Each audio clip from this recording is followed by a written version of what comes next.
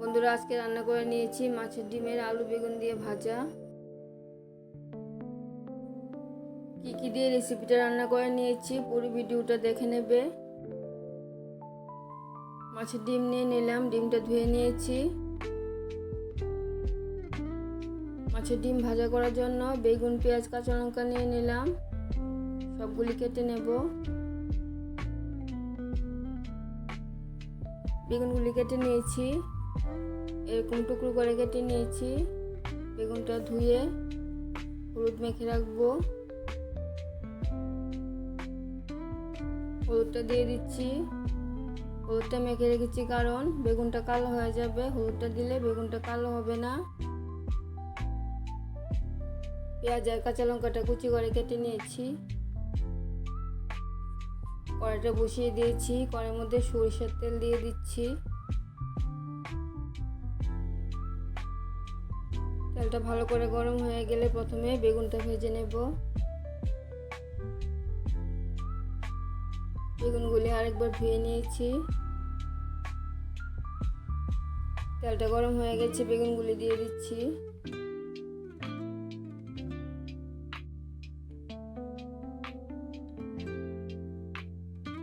বেগুনের মধ্যে হলুদ আর লবণ দিয়ে বেগুনটা ভেজে নেব। হলুদটা দিয়ে দিচ্ছি, লবণটাও দিয়ে দিচ্ছি।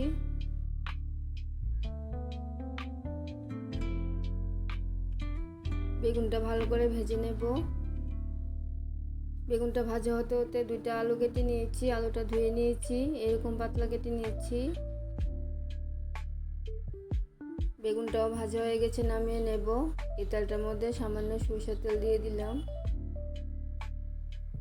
তেলটা গরম হয়ে গেলে আলুটা ভেজে নেব। আলুটা দিয়ে দিচ্ছি।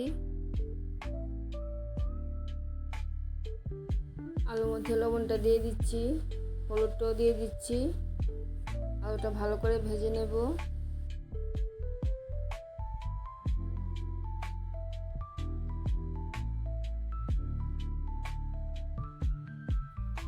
আলুটা ভালো করে ভেজে নিয়েছি, সিদ্ধ হয়ে গেছে, নামিয়ে নেব।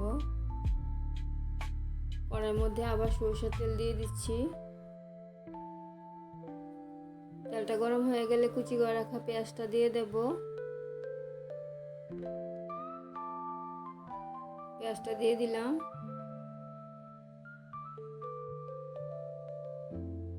পেঁয়াজগুলি বেশি কড়া ভাজা করার দরকার হবে না, হালকা ভেজে নিচ্ছি।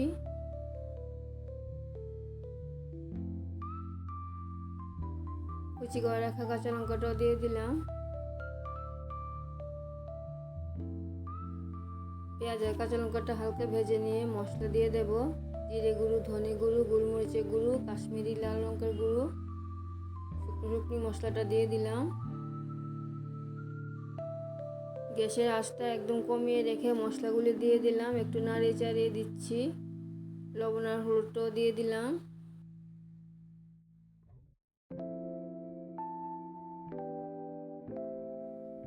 ভালো করে নাড়িয়ে দিয়ে মশলাটা একটু ভেজে মাছের ডিমটা দিয়ে দেব।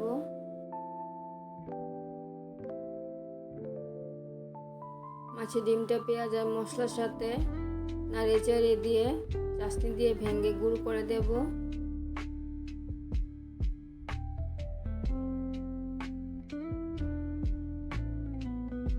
মাছের ডিমটা চাশনি দিয়ে কেটে দিচ্ছি।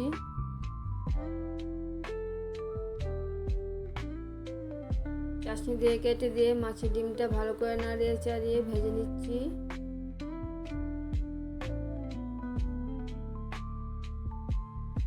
মাছের ডিমটা অনেকটি ভেজে নিয়েছি, একদম ঝরঝরে হয়ে গেছে।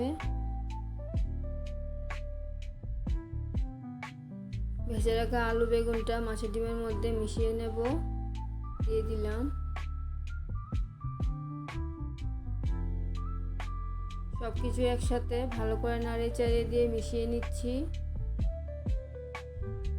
মাছের ডিমের মশলা আলু বেগুন ভাজা যদি তোমাদের ভালো লেগে থাকে তাহলে আমার চ্যানেলটাকে সাবস্ক্রাইব করবে, আমার পাশে থাকবে, লাইক কমেন্ট অবশ্যই করবে। মাছের ডিমের ভাজা অনেকটি হয়ে গেছে, কিছুটা ধনেপাতা কুচি দিয়ে দিলাম, ভালো করে মিশিয়ে নিচ্ছি। এরকমভাবে তোমরাও মাছের ডিমের ভাজা বানিয়ে খেয়ে দেখবে, দুর্দান্ত খেতে হয়েছে। আবার দেখা হচ্ছে পরের ভিডিওতে। তোমরা সবাই ভালো থাকবে, সুস্থ থাকবে। ধন্যবাদ সবাইকে ভিডিওটা দেখার জন্যে।